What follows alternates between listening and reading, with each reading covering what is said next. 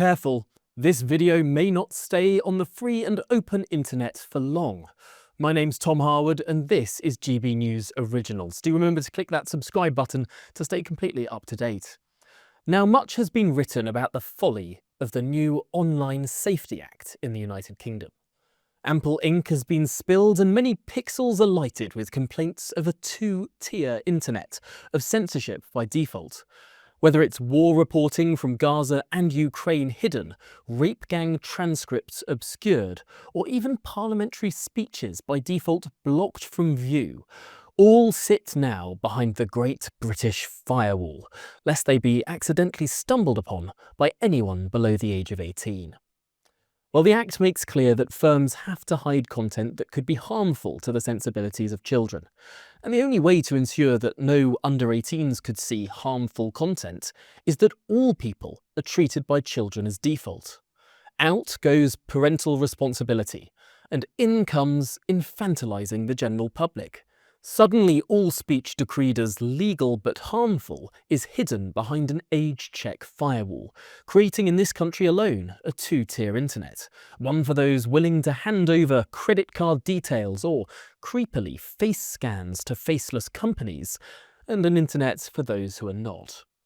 Well, with fines of up to 10% of global turnover, yes, not profit, turnover, and imprisonment for company executives threatened all in the Online Safety Act, online businesses are inevitably casting the net wide as possible, to err on the side of blocking more content and avoiding those sanctions. The cost of taking down valid content in error is practically zero compared to the repercussions if a company doesn't take down something that Ofcom subsequently believe they should have. Hence, the censor's charter. When in the slightest bit of doubt, take that content down. Yes, this act, sold merely as a block on pornography, in reality demands that anything that could be psychologically harmful to children must be censored by default. This highly ambiguous demand has companies scrambling to block things that could be interpreted as psychologically harmful, including parliamentary speeches. This is by now ground well trodden. What is less so, however, is a far more uncomfortable truth to grapple with, something that politicians don't want to acknowledge, and frankly, that's awkward to say. Teenagers watch porn. We don't like to believe that they do, but teenage boys are teenage boys. This is why Britain sets the sexual age of consent at 16. It's simply unrealistic to expect 17-year-olds to abstain from what their biology is screaming at them to do. And yet, elements of the abstinence movement have curiously gathered pace in 21st century Britain. This movement is perhaps understandable given that we have increasingly infantilized people in their early 20s, let alone their later teens.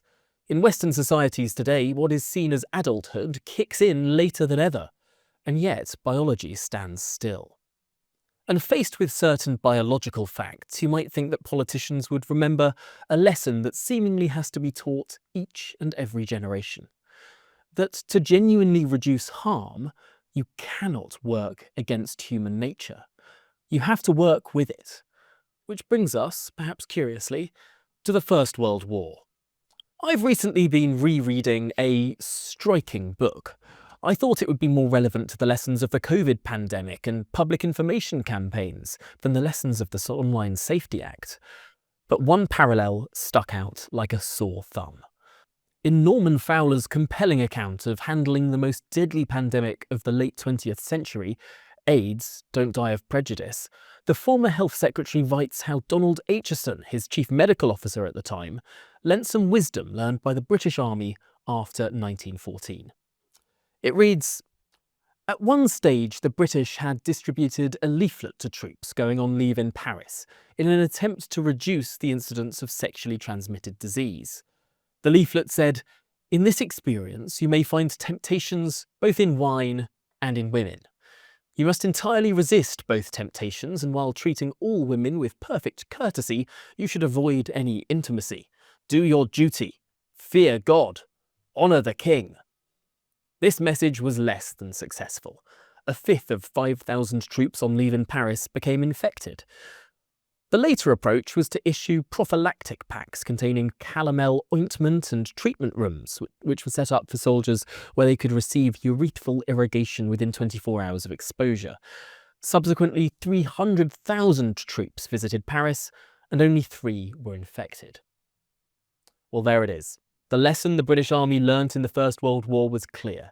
The shift from a message of abstinence, or harm elimination, to a policy of prophylactics, harm reduction. This reduced the incidence of venereal disease in troops from 20% to just 3%. This was pertinent for the Health Secretary's discussion with other figures in the Conservative government at the time, and indeed outside pressure on how he should act too. The chief rabbi at the time wrote an aide memoir to Fowler, ending with these words: "Say plainly, AIDS consequence of marital infidelity, premarital adventures, sexual deviation, and social irresponsibility, putting pleasure before duty and discipline." Hello, I'm Bev Turner. Now, it can feel like the money in our bank accounts at the moment does not keep up with the cost of living, and maybe there's a solution.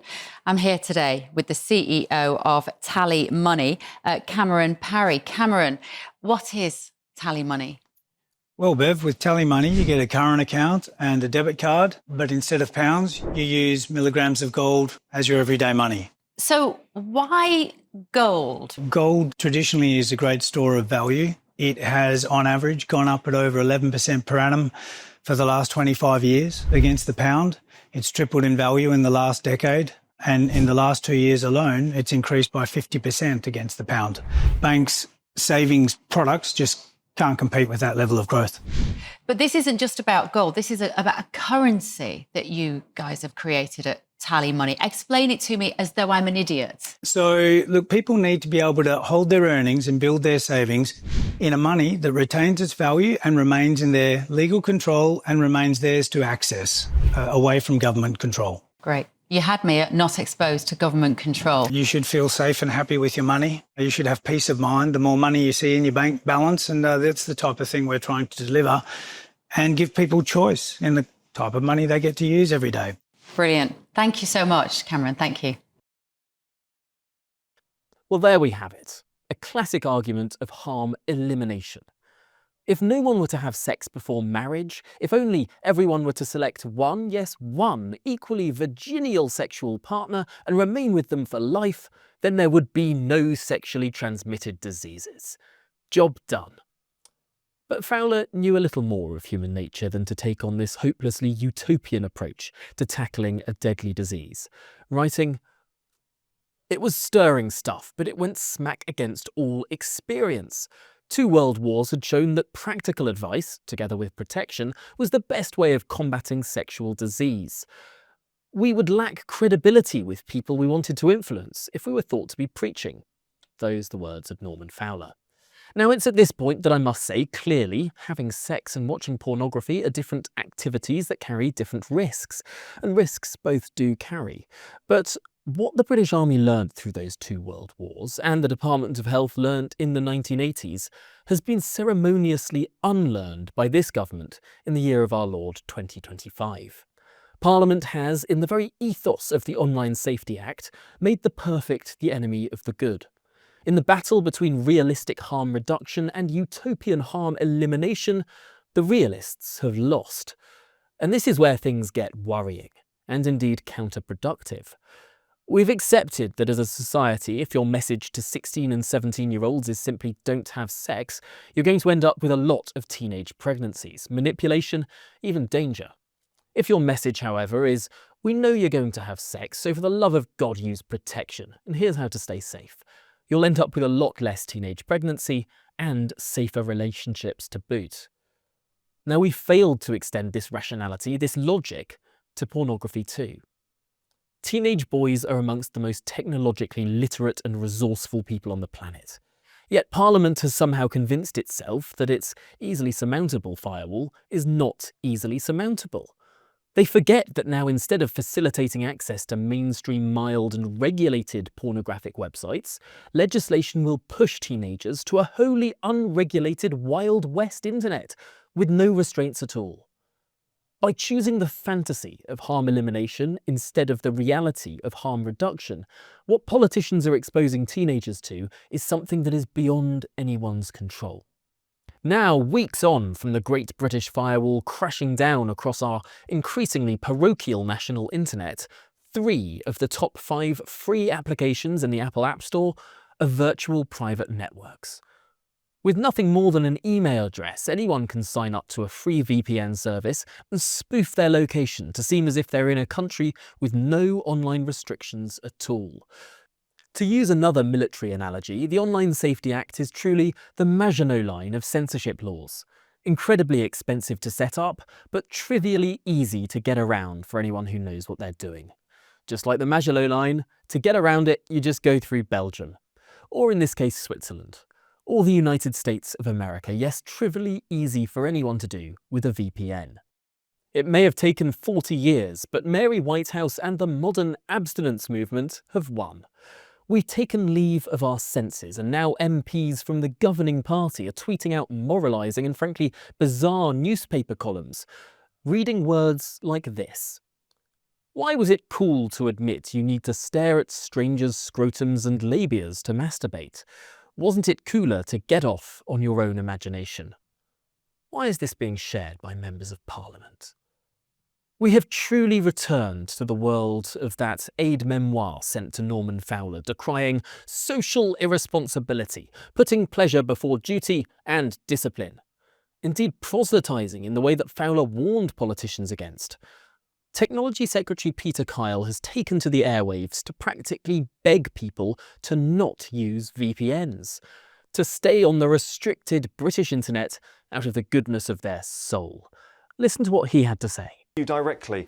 Verifying your age keeps a child safe, keeps children safe in our country. So let's just not try and find a way round. Kyle has yet to explain how adults turning on their webcams and sending off a face scan to a random online company will somehow keep children safe. Arguably, it's simply likely to make adults less safe and more at risk of data breaches and extortion. But that's by the by. Kyle's strange and unsubstantiated claims of how adults choosing to use VPNs somehow makes the internet less safe fly in the face of official Downing Street messaging, still online from April 2022, when Boris Johnson sent out a message to the Russian people telling them the truth about Putin's war. Have a listen to what the Prime Minister told Russian people to do. All you need is a VPN connection to access independent information from anywhere in the world. And when you find the truth, share it. Well, we know people living under repressive regimes use VPNs to access the unrestricted internet. The British government even encourages it. Yet now the Technology Secretary is saying we should not use that same technology. None of this adds up. 16 and 17-year-olds are to be expected to vote at the next election. Yet thanks to the Online Safety Act, as things stand, they are forbidden from reading rape gang trial transcripts, forbidden from seeing graphic war reporting from Gaza, even blocked from seeing some videos of protests outside migrant hotels. This law is built on sand. It's mindlessly futile. It provides a warm, comforting feeling to those who have passed it that delicate teenagers will not see anything they rate as 18, whether that's political speech, pornography, or violent and swear-word-ridden films. Yet anyone with more than 2 brain cells to rub together knows that 17-year-olds will see all of these things anyway, just in a less controlled way.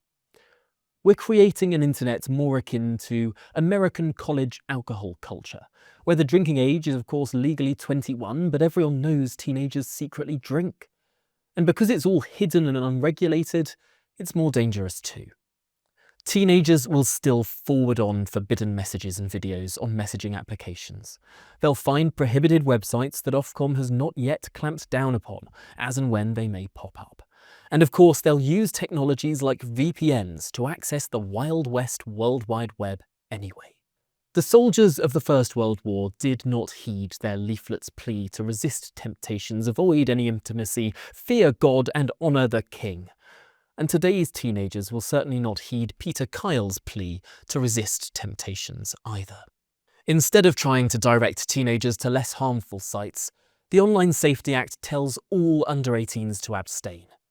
Now, we've seen this play out before. No matter how many times it's tried, attempted harm elimination misses the mark. Abstinence policy simply doesn't work.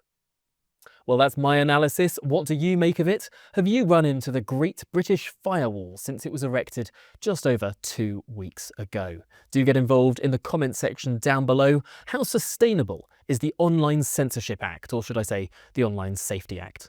Now do remember to click subscribe to the GB News YouTube channel to stay completely up to date with all the twists and turns of this sort of legislation.